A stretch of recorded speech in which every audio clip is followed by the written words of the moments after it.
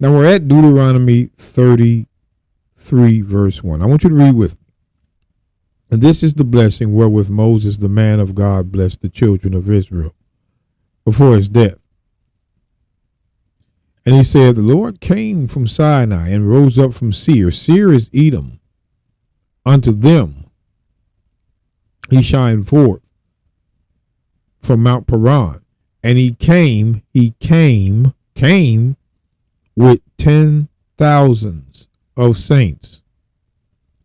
He came with 10,000s of saints. From his right hand went a fiery law for them. Let's look at this. That's for confirmation. Yea, he loved the people, all his saints are in thy hand, and they sat down at thy feet. Every one shall receive of thy words. The saints are the children of Israel. Here is the root. Deuteronomy 33, verses 1 through 3, prove that the saints are the children of Israel. It's not the mixed multitude. The saints are the children of Israel. Psalms 148. Over and over again, we'll do this until the Christians, they're going to have to admit. Psalms 148:14, he also exalted the horn of his people, the praise of all his saints, even of the children of Israel. A people near unto him, praise ye the Lord.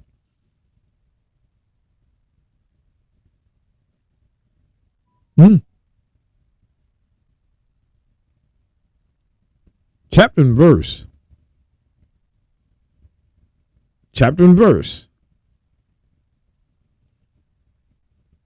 Psalms, again, 50 and 5. Gather my saints together unto me, those that have made a covenant with me by sacrifice. Who made a covenant with God by sacrifice? Israel. We're not going to play the game. The saints are the children of Israel.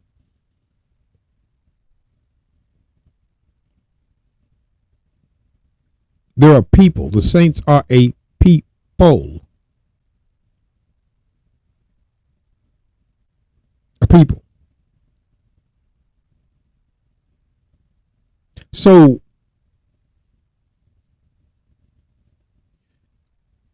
once you understand that,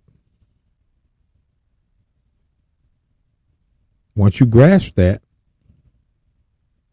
we're going to go into the judgment that the saints are going to receive when Christ returns. So I want to go back to the book of Deuteronomy again, 33. Let's start in verse 1. And this is the blessing wherewith Moses, the man of God, blessed the children of Israel before his death. And he said, the Lord came from Sinai and rose up from Seir unto them, and he shined forth from Mount Paran, and he came with 10,000s of saints. From his right hand went a fiery law for them. So Moses writes, and he came with 10,000s of saints. This is who came with Christ. It doesn't say nations came with Christ. It says the saints came with Christ. So let's take a look at the book of Zechariah. Zechariah 14. Where do I want to start? I just want to make this understood. Mm-hmm.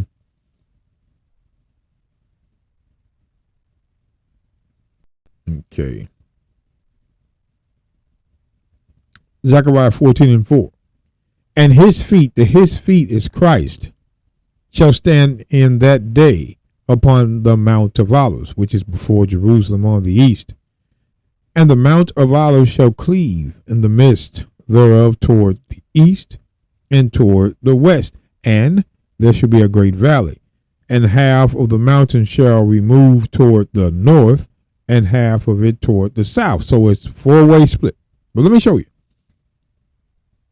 And ye shall flee to the valley of the mountains, for the valley of the mountains shall reach unto Azel. Yea, ye shall flee, like as ye fled from before the earthquake in the days of Uzziah, king of Judah. And the Lord my God shall come, and all the saints with thee. So this is the second coming. So what Moses was prophesying is what Zechariah was prophesying for the future. For the future. Not only is Moses' prophecy for the future, so is Zechariah's. So Zechariah, his prophecy states that when his feet shall stand in that day upon the Mount of Olives, Christ's feet, that's his return. Let's drop down. And ye shall flee to the valley of the mountains, for the valley of the mountains shall reach unto Azel, or Azel. Yea, ye shall flee, like as ye fled from before the earthquake in the days of Uzziah, king of Judah. And the Lord my God shall come, and all the saints with thee. Saints. Saints.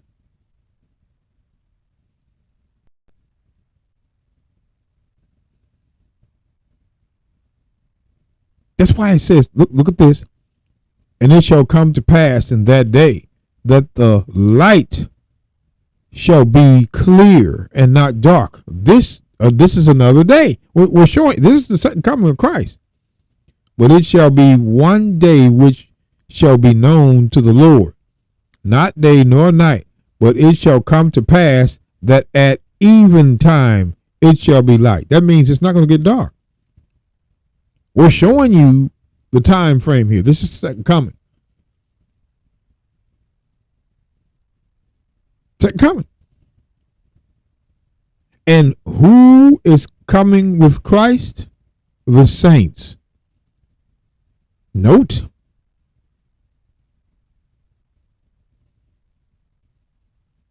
Note.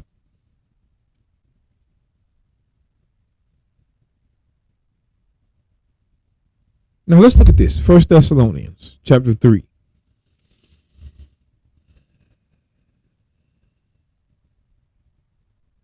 First Thessalonians chapter 3, again in verse 12.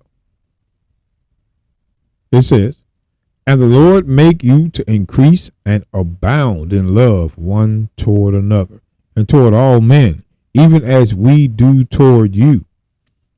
Again, he may establish your hearts unblameable, without sin, in holiness before God, even our Father, at the coming of our Lord the Messiah Christ, with all his saints. That's who he's coming with, the saints, the children of Israel. We continue to tell you, brothers and sisters, that the only ones that are going to be with Christ in that coming is the children of Israel. But what confuses people is Gentile. See, when you think that a Gentile is non-Jew, no, it's that a Gentile can go to what the book says, like heathen, nation, people. That's what it means. Any nation that is uncircumcised. We don't care if it's Ephraim, Manasseh, Naphtali, any one of them, Zebulun. If they're uncircumcised, they're Gentiles. That's what Paul went after, to turn them to the Lord their God, that they may be part with the saints that are going to come with Christ.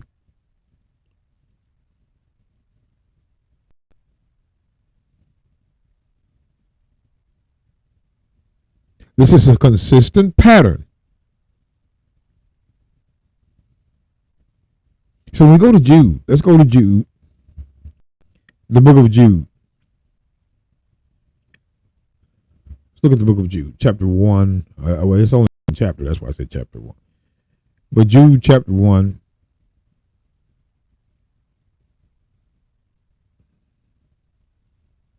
Verse 14. It says, and Enoch. Enoch. Now, Jude records Enoch saying this. Now, Moses also, it was also written in Deuteronomy 33, verses 2, 1 and 2 and 3. But up to verse 2. He would come with his saints. But notice, another wrote it. Now, brothers and sisters, if you believe in the book of Enoch, okay. Now, this is the thing. This is the thing that people don't realize. It's not going, because I could easily get that book and study that book and blend it in with my own. But for some reason, brothers and sisters, there has to be a challenge. Precepts can help you. I need all I can get. But there has to be a challenge put up. And these Christians put a challenge up toward us to say, hey, look, with the 66 books, we're untouchable. I'm going to prove to you that that's wrong. I'm going to rip every verse out of it. You want to make a challenge? This isn't for me. I'm reading the Bible. I'm showing people out of the 66 verse, probably things they have never seen before.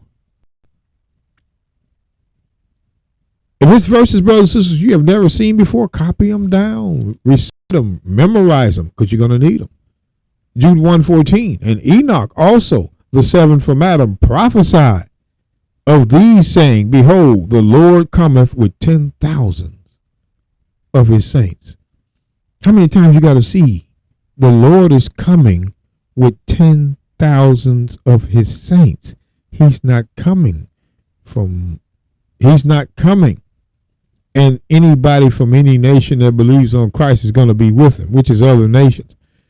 Brothers and sisters, the teaching of other nations being saved is a fallacy. It was never going to happen.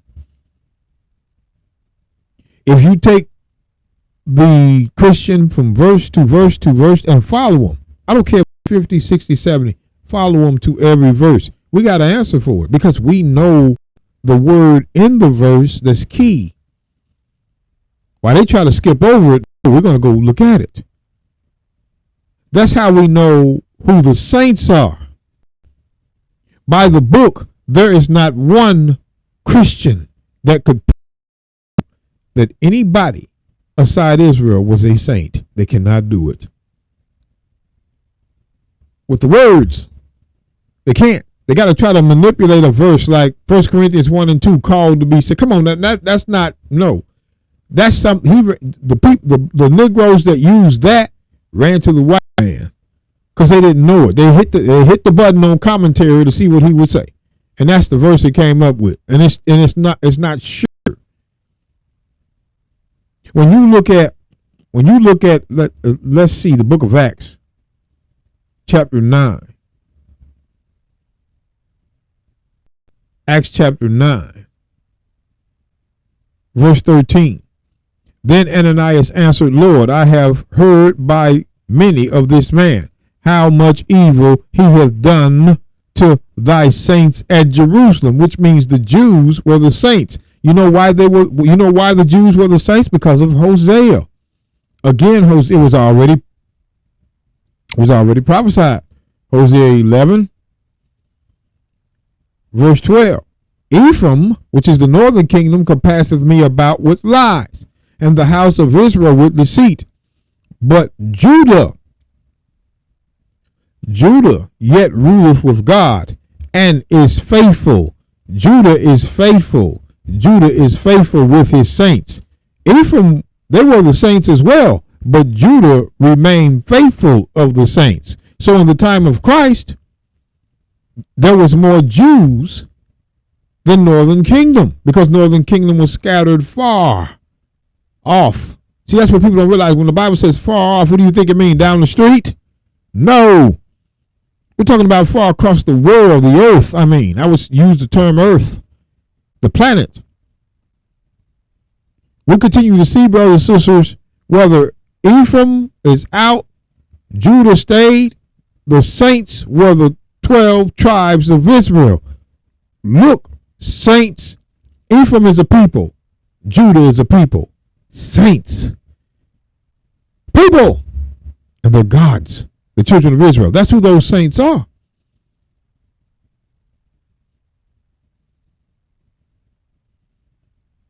Even though Ephraim went off into idolatry, they still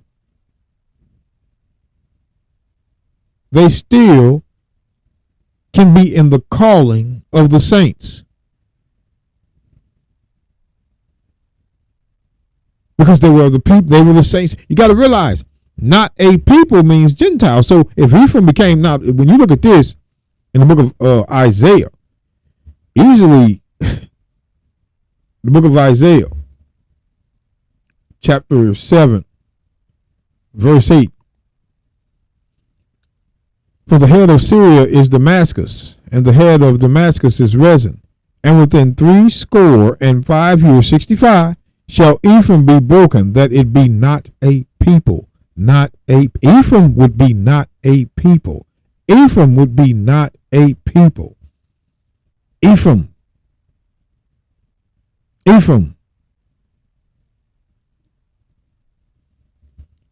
So when Paul starts a talking, when he says in 1 Timothy 2:9, but ye are a chosen generation, a royal priesthood. He said that in Exodus 19:6. And holy nation, a peculiar people. He said that in Deuteronomy 14:1. That you should show forth the praises unto him who hath called you out of darkness, which is sin, which is under the Roman Empire and influence, unto his marvelous light, which in times past were not a people. Who was not a people? Ephraim. So Peter had letters that he was writing to Ephraimites, northern kingdom. They were not a people. That you just saw in Isaiah 7 and 8. You cannot take verses away. There is a history to this. There is a history. Ephraim became not a people. You will not see that applied to nations. The one who became not a people was Ephraim. But are now the people of God. You become the people of God again, grafted back in, which had not obtained mercy, like it says in Hosea 2:23, but now have obtained mercy. You were the ones that had not obtained mercy, but now have obtained mercy. This is northern kingdom. We don't know what these Christians are talking about. It's like you could just move away verses. Can't do that.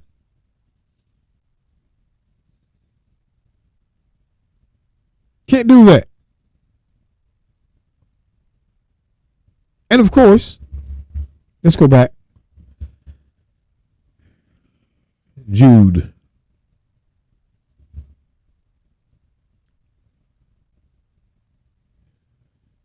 Jude 1,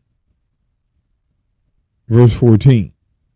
And Enoch also the seventh from Adam prophesied of these, saying, Behold, the Lord cometh with 10,000s of his saints.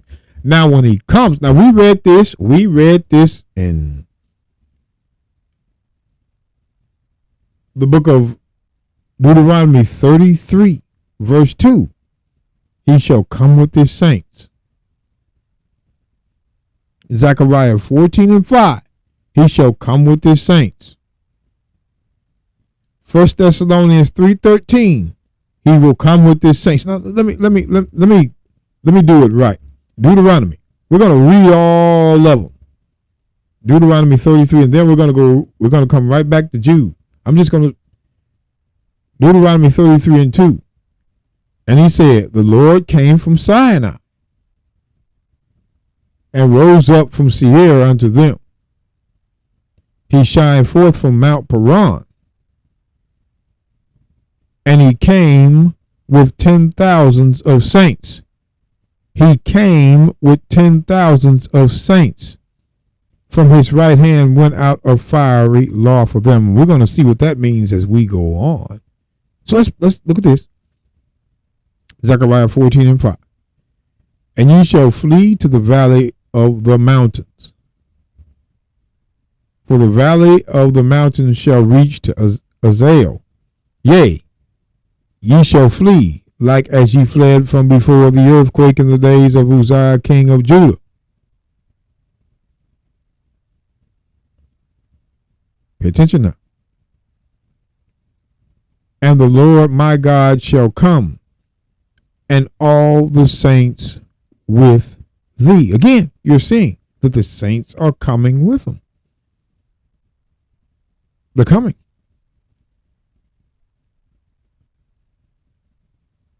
All right. 1 Thessalonians 3:13. To the end he may establish your hearts unblameable in holiness before God in the law, even our Father at the coming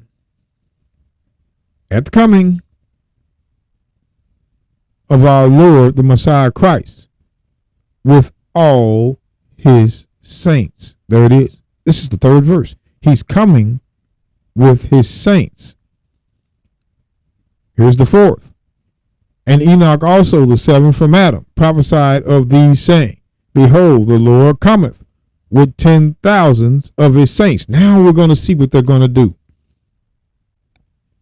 When the Lord comes with his saints, we're going to see what they are going to do. Watch. To execute judgment upon all, and to convince all that are ungodly among them of their ungodly deeds, which they have ungodly committed, and of all their speeches, which ungodly Gentiles have spoken against him, and Israelites alike. See this, when it says ungodly sinners, hard speeches which ungodly sinners have spoken against him, we're going to show you that these ungodly sinners were the Gentiles. Psalms 149. Psalms 149. See, this is why majorly the Gentiles being, again, the Gentiles that believe. Why do they add the word believe? Because they know that the Gentiles are going to be destroyed by Christ. So they say, oh, those that believe, they can be saved. No Gentile aside the uncircumcised Israelite is going to be saved. Period. We know it. They're not. The Gentiles aside the uncircumcision of Israel are not going to be saved. The uncircumcision of Israel, those Gentiles, they are the ones that have to turn back to the Lord their God to get this privilege. Psalms 149 and 5.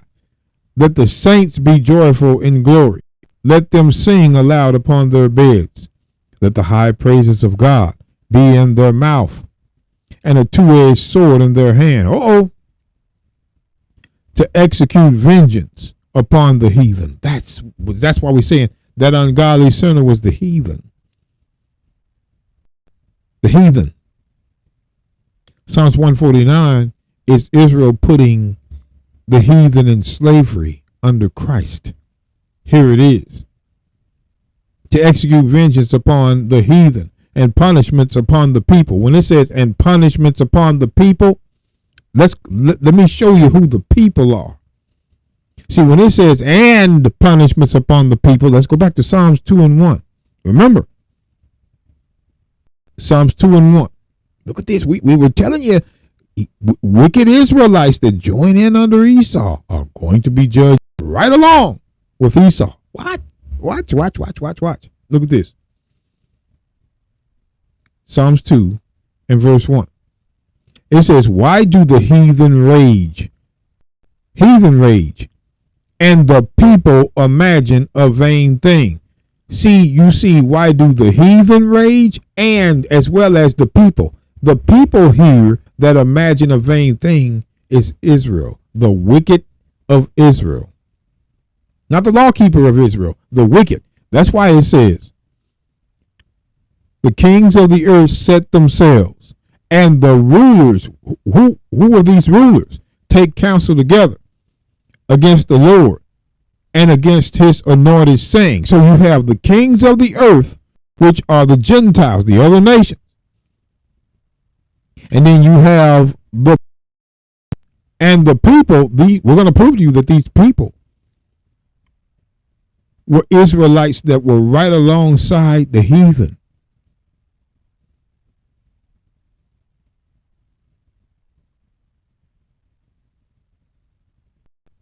You know.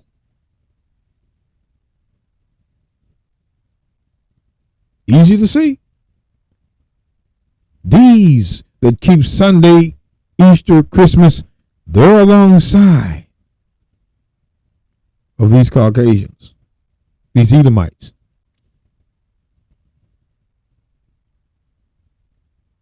Let's go back, look, because I want you to notice this very carefully. Why do the heathen rage? The heathen is what you would call the Gentiles. And the people imagine a vain thing. It says, the kings of the earth set themselves, and the rulers take counsel together against the Lord and against his anointed, saying, watch. Let's go to the book of Acts. The book of Acts. We're going to show you who the people are that went the heathen and the kings of the earth. The book of Acts 4. Because now it's going to be broken down right in front of you. Acts 4:25. Who by the mouth of thy servant David has said, why did the heathen rage and the people thing? The kings of the earth stood up, and the rulers were gathered together against the Lord and against his Christ. Look at this now. For of a truth against the holy child of Messiah, whom thou hast anointed, both Herod and Pontius Pilate, with the Gentiles and the people of Israel were gathered together. The heathen is the Gentiles, both Herod and Pontius Pilate with the Gentiles, the other nations, and the people of Israel were gathered together. So when it says, again, I want you to look, Psalms chapter 2, verse 1, why do the heathen rage and the people is Israel, imagine a vain thing? The kings of the earth set themselves, and the rulers, which were the rulers of Israel, take counsel together against the Lord and against his anointed, saying. We just read it in Acts 4. So when it says, and the people, let's go back to Psalms 149. Psalms 149.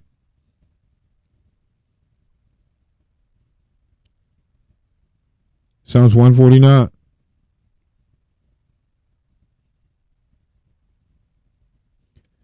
Let the high praises of God be in their mouth, and a two-edged sword in their hand, to execute vengeance upon the heathen, the Gentiles, and punishments upon the people. Who are those people? The wicked, sinful Israelites. They're going to be punished just like Esau.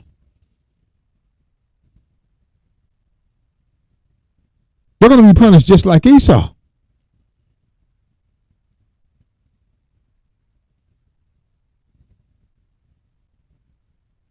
Just like Esau. To bind their kings with chains and the nobles with fetters of iron. Slavery. The nobles would be from who? Israel.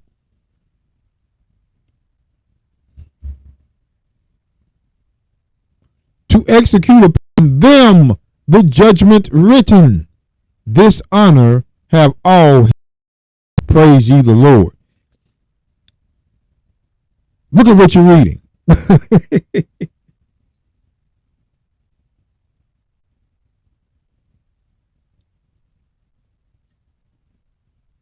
We talk about Jude 4:15. Jude 4:15, to execute judgment. This is what he's talking about. To execute upon them, the ungodly, the Gentile, and our people with them, the judgment written. This honor have all his saints. Praise ye the Lord. The only ones that is going to have the honor of judging the earth with Christ is his people. Because the only one that is coming with him is his people. We continue to tell you, these Christians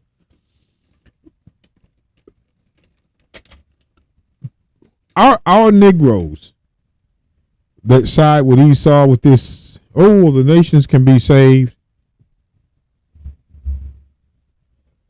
It's not like they have to do it, but they do it because they're pleased to.